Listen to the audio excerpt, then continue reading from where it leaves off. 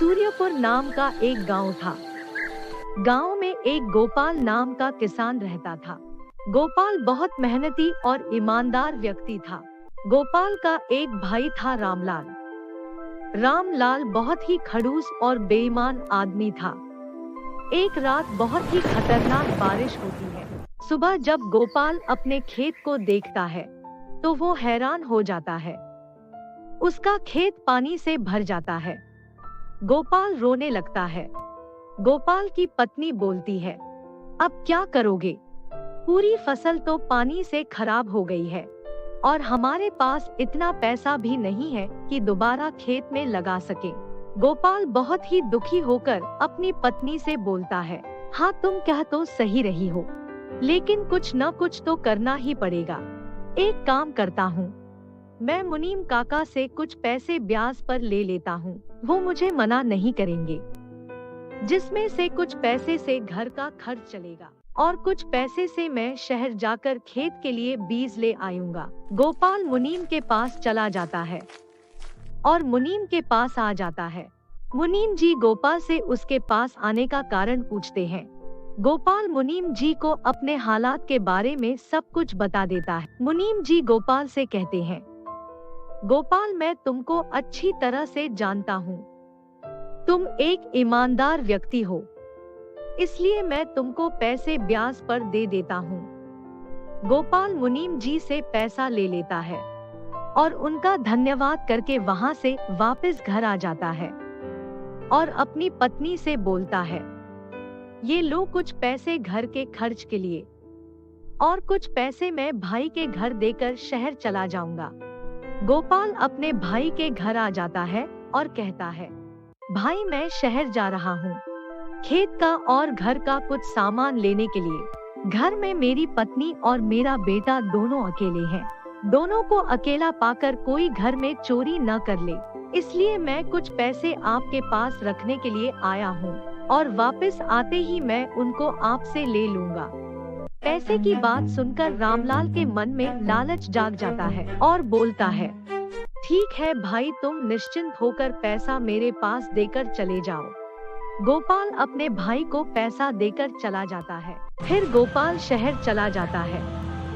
शहर से सामान लेकर वापस आने लगता है और सीधा अपने घर आ जाता है और अपनी पत्नी को सामान देकर अपने भाई के घर चला जाता है।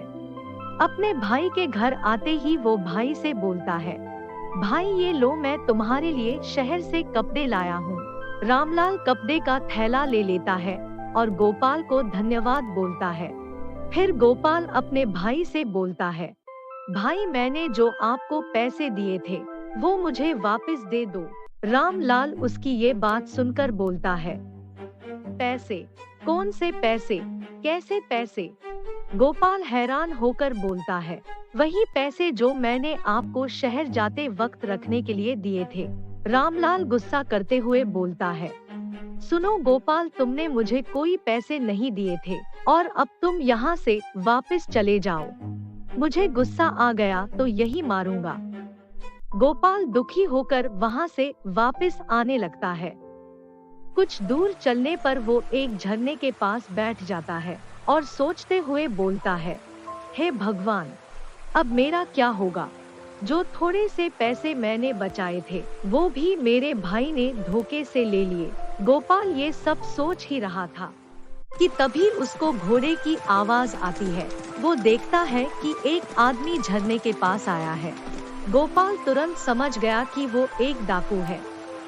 डाकू झरने से कुछ कहता है, खुल खुल खुल जा। थोड़ी देर में झरना गायब हो जाता है और एक गुफा दिखने लगती है। डाकू उस गुफा के अंदर चला जाता है और थोड़ी देर में वापस आ जाता है और वहां से चला जाता है। गोपाल यह सब देखकर सोचने लगता है, ये डाकू इस जादुई गुफा के अंदर क्या करने गया था? इसके अंदर जाकर देखना पड़ेगा। गोपाल उस झरने के पास आ जाता है और झरने से बोलता है, खुल खुल खुल जा, और गुफा खुल जाती है। गुफा खुलने के बाद गोपाल उसके अंदर चला जाता है। जैसे ही गोपाल अंदर आता है, वो चौंक जाता है। वो देखता है कि वहाँ पर बहुत सारा सोना रखा हुआ है। गोपाल तुरंत समझ जाता है कि डाकू लूट का पैसा यही रखते हैं। गोपाल कुछ देर सोचकर बोलता है, इससे पहले कि डाकू वापस आए, कुछ सोना लेकर मुझे यहाँ से निकल जाना चाहिए। गोपाल कुछ सोना वहाँ से ले लेता है और गुफा से निकल जाता है। जब गोपाल अपने घर जा रहा होता है, तब दूर खड़ा उसका भाई उसको देख लेता है। वो सोचता है कि ये गोपाल क्या ले जा रहा है। फिर रामलाल उसके पीछे चल देता है। गोपाल अपने घर आकर अपनी पत्नी को सोने की बात बताने लगता है। गोपाल की ये सारी बातें रामलाल सुन लेता है। गोपाल ये सुनकर खुश हो जाता है और सोचने लगता है, अब मैं भी वहां जाऊंगा और खूब सारा सोना लेकर आऊंगा। दूसरे दिन सुबह खुश होकर रामलाल झरने के पास आ जाता है और झरने से बोलता है, खुल खुल खुल जा, और गुफा खुल जाती है। रामलाल गुफा के अंदर चला जाता है। रामलाल जैसे ही गुफा के अंदर आता है, वो चौंक जाता है, क्योंकि गुफा के अंदर डाकू पहले से ही मौजूद थे। उनमें से एक डाकू बोलता है, कौन है ये और इस गुफा के बारे में इसको कैसे पता चला? दूसरा डाकू बोलता है, ये जो भी है इसको यहाँ से बाहर नहीं जाने देंगे। हाँ, तुम सही कह रहे हो। एक काम करते हैं, अभी इसको यहाँ पर बांध कर चले जाते हैं। 2 दिन बाद लौट कर आएंगे, तब सोचेंगे इसका क्या करना है। डाकू रामलाल को बांधकर चले जाते हैं। दूसरे दिन सुबह जब गोपाल अपने घर चाय पी रहा होता है, तभी रामलाल का नौकर उसके घर पर आता है। गोपाल उससे पूछता है, अरे हरी, तुम आज मेरे घर पर कैसे आ गए? क्या बात है, बताओ। हरी गोपाल को सब कुछ बता देता है कि रामलाल कहाँ गया था। गोपाल जी, आपके भाई कल से घर लौटकर नहीं आए हैं। मुझे तो बहुत चिंता हो रही है। घर में आपकी भाभी भी बहुत दुखी है। मेरी आपसे विनती है कि उनको ढूंढ कर ले आइए। गोपाल हरी को समझाते हुए बोलता है, हरी तुम घर जाओ, मैं भाई को लेकर आता हूँ। हरी वापस चला जाता है।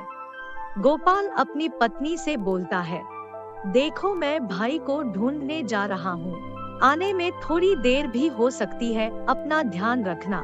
गोपाल की पत्नी बोलती है, ठीक है। गोपाल अपने भाई को ढूंढने के लिए घर से निकल जाता है। गोपाल झरने के पास आ जाता है और झरने से बोलता है, खुल खुल खुल जा, और गुफा खुल जाती है। गोपाल गुफा के अंदर जाता है।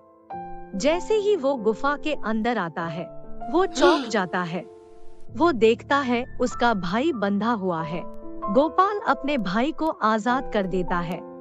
रामलाल बोलता है, भाई मैं बहुत शर्मिंदा हूँ, मैंने तुमको धोखा दिया और तुम मुझे बचाने के लिए आ गए। मुझे माफ कर दो भाई।